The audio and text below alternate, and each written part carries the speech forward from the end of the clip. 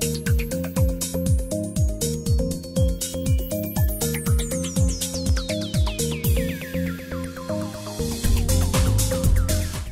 tarde. Nós vamos cobrir o lado da tributação da renda no nosso projeto e aqui vamos tratar de uma visão mais geral, mais conceitual, do que entrar em muitos detalhes, mas suficiente para indicar as direções de mudança. Não é esse aqui. Nós começamos por indicar que tem muitas coisas boas no regime de tributação de renda do Brasil.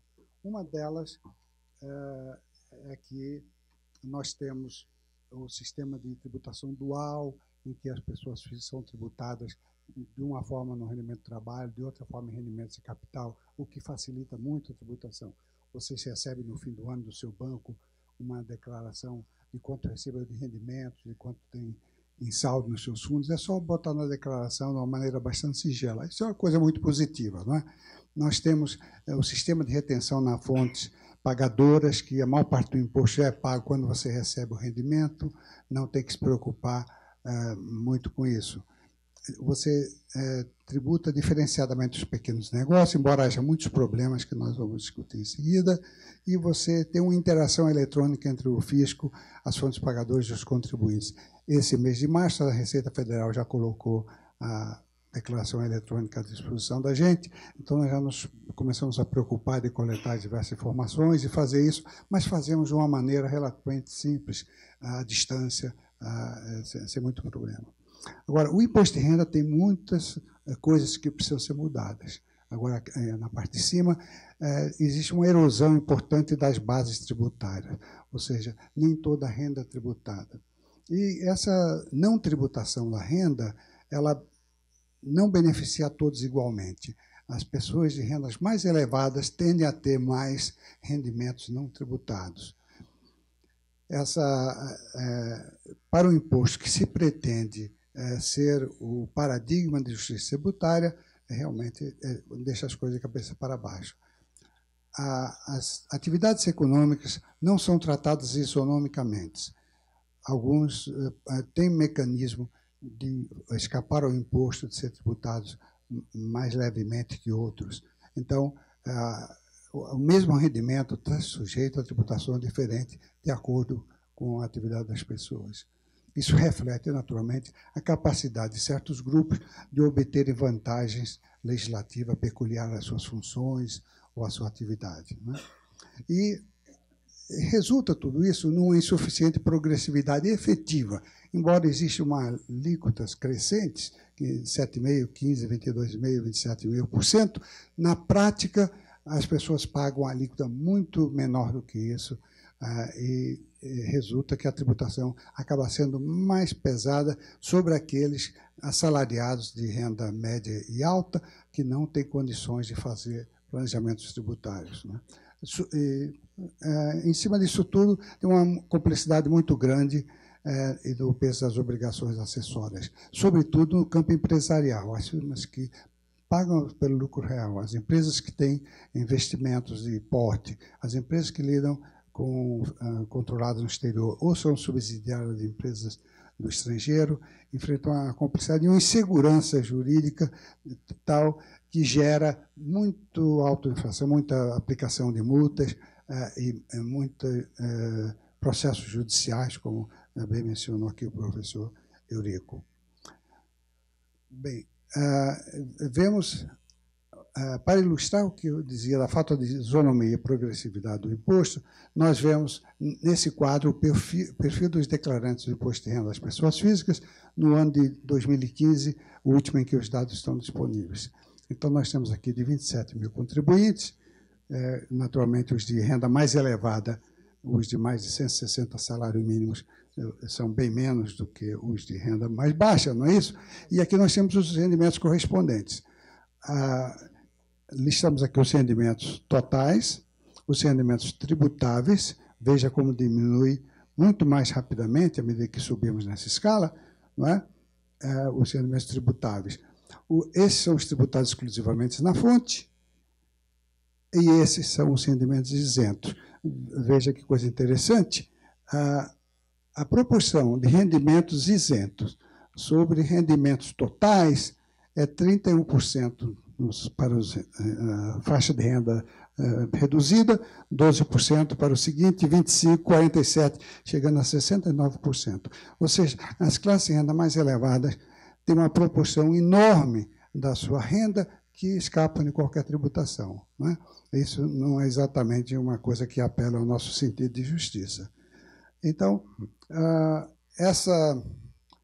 isso pede por reformas, pede por uma transformação, por mais justiça tributária, não é isso? Então, até porque o imposto de renda das pessoas físicas é considerado um instrumento por excelência de redistribuição de renda, de tributar as pessoas mais pesadamente, fazendo contribuir mais os que recebem mais, não é? Então, por que isso não acontece com o nosso imposto de renda? Porque há regimes tributários preferenciais. Pessoas que têm uma renda relativamente elevada registram uma empresa para a qual canalizam seus rendimentos e, assim, escapa a tributação progressiva na pessoa física. É porque muitos rendimentos financeiros são isentos. As pessoas fazem aplicação e escapam da tributação. Por exemplo, se eu tiver uma casa e colocar para alugar, o aluguel que eu recebo está sujeito a um pagamento mensal, tenho que fazer um carnelhão. No fim do ano, eu tenho que incluir na declaração. É complexo e é pesado. Mas, se eu tiver muitas casas e me organizar juridicamente como uma empresa, já tem um tratamento diferente. E se eu, ao invés de comprar uma casa para alugar, eu investir num fundo de investimento imobiliário que faz a mesma coisa, eu não vou pagar nada, é totalmente isento de imposto. Então, é uma inversão da ordem das coisas, o fato de que nós temos esse tipo de rendimento financeiro e, além do mais, todos os tipos de incentivos que, na verdade, são exonerações de imposto travestidos de interesse social, não é? Responde à posição política influente de certos grupos de pessoas. Os incentivos fiscais, que são dados muitas vezes sem uma contrapartida adequada, e as categorias de rendas que fogem à tributação. Por exemplo, algumas coisas que são rendas que se rotulam de indenizações, disso, daquilo, como uma forma de escapar da tributação. Tudo isso faz com que escapem da tributação progressiva e o imposto se torne menos justo. Naturalmente, então, para falar de justiça tributária no imposto de renda, não devemos começar a pensar em aumentar alíquotas, de cobrar alíquotas maiores do que as que nós já temos. Se nós as cobrarmos efetivamente, de todos, nós vamos ter uma tributação muito mais progressiva que nós temos hoje, que na prática pode até ser regressiva, não é? Então, a nossa proposta nesse contexto é separar a tributação dos rendimentos das pessoas em dois tipos: o rendimento do trabalho, que seguem abrigados na tributação progressiva como é hoje, e os rendimentos de capital, que passam a sofrer uma tributação flat sobre todas as formas de rendimentos, porque nós sabemos que não é possível tributar um rendimento de capital e deixar outro sem tributar, porque há formas engenhosas de transformar uma coisa na outra. E também o Estado não pode ter uma atitude paternalista de dizer, olha, se você aplicar por 6 meses uma alíquota, se você aplicar por 7 meses já é uma alíquota menor. Isso não compete ao Estado ficar indicando o prazo da sua inversão, não é uma função do Estado. Deixar a critério de cada um fazer a aplicação que bem entenda, contanto que pague o imposto de uma forma uniforme junto com todos, não é? Então, quanto às pessoas jurídicas, às empresas, o que nós temos é uma situação bastante dramática, porque a nossa tributação de 34% aparece como excessivamente elevada. Os Estados Unidos acaba de reduzir o seu imposto de pessoa jurídica de 35% para 21%, e com isso o Brasil ficou sendo depois que outros países também reduziram as suas alíquotas, a Austrália, a França, a Alemanha, outros, nós ficamos com a alíquota mais elevada do mundo. Parece que o Brasil é um país de altíssima tributação sobre as empresas. Talvez isso seja uma percepção equivocada pelo fato de que o Brasil tributa uma vez só, tributa quando a empresa adquire o rendimento.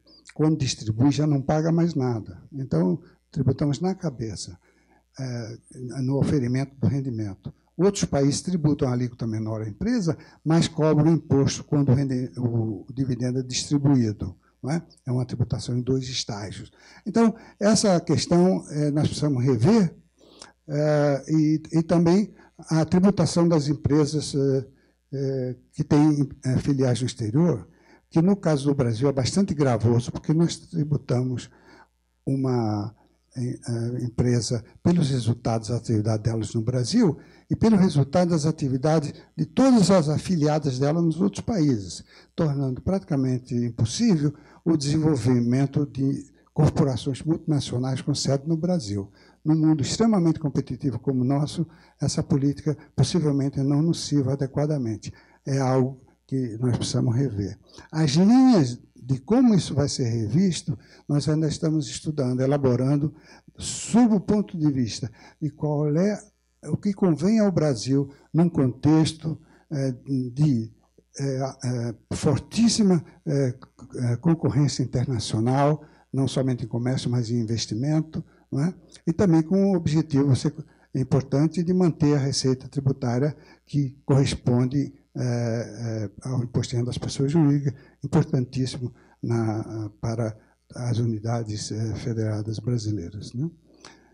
Bem, há possibilidade, para reduzir a alíquota, há possibilidade de fazer movimentos compensatórios expandindo a base.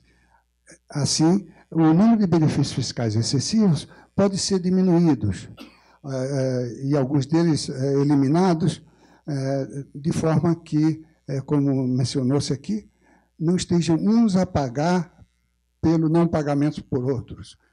É possível seguir o adágio de que onde todos pagam menos. Não é? Nós já podemos aumentar a esfera de contribuição para permitir uma redução de alíquota. Temos que rever a questão da tributação das organizações empresariais, empresas que se fundem, que se combinam, que fazem splits, que também está desatualizado, e o tratamento de rendas pessoais como renda empresarial, que é o fenômeno da pejotização, que já ouviram falar, o fenômeno de que você disfarça os seus rendimentos de forma a escapar da tributação progressiva e vai pagar uma alíquota muito reduzida como empresa. Tem ainda alguns minutos, Tiago? Tem mais 3 minutos. Tá bem, eu vou completar aqui. Então, essa redução de alíquota parece ser uma necessidade, teremos que ver como fazer isso da melhor maneira, acompanhando essa pressão internacional. Não é? O caminho preferencial é de eliminar as distorções e simplificar o tributo, tornando ele mais isonômico. E está também no nosso radar a unificação da contribuição social sobre o lucro líquido com o imposto de renda da pessoa jurídica, que são tributos muito semelhantes, mas com destinação de recursos diferentes, e que já seria em si uma simplificação essa fusão dos dois. É uma questão premente nesse assunto no Brasil, que é a questão da tributação dos dividendos, mas visto isso com uma visão mais ampla da integração da pessoa física, dos acionistas, com as pessoas jurídicas de que eles participam. Temos que revisitar esse assunto sob a ótica da eficiência e da equidade. Bom, no mercado financeiro, como já adiantei, a nossa proposta sugere uma tributação uniforme de todos os tipos de rendimentos, não é? tendo cuidado de fazer uma tributação a um nível adequado para levar em conta que a tributação de capitais denominados em reais, eles sofrem uma perda de capacidade aquisitiva pela inflação, né? E temos também um tratamento mais adequado dos rendimentos, dos ganhos de capital, que são aqueles valores que se oferem quando se vende alguma coisa, de mais-valia sobre o preço de custo do mesmo bem, né? Então, todas essas reformas, nós supomos que vai permitir um aumento da arrecadação, um aumento da tributação da pessoa jurídica e da pessoa física, e do imposto de renda na fonte, que vai permitir um espaço fiscal para financiar redução em outras áreas da tributação, mesmo se nós tivermos um horizonte de manutenção da carga tributária aos níveis correntes, é possível reduzir a tributação sobre elementos mais distorcivos do sistema, que vai ser falado em seguida aqui. É só isso. Obrigado.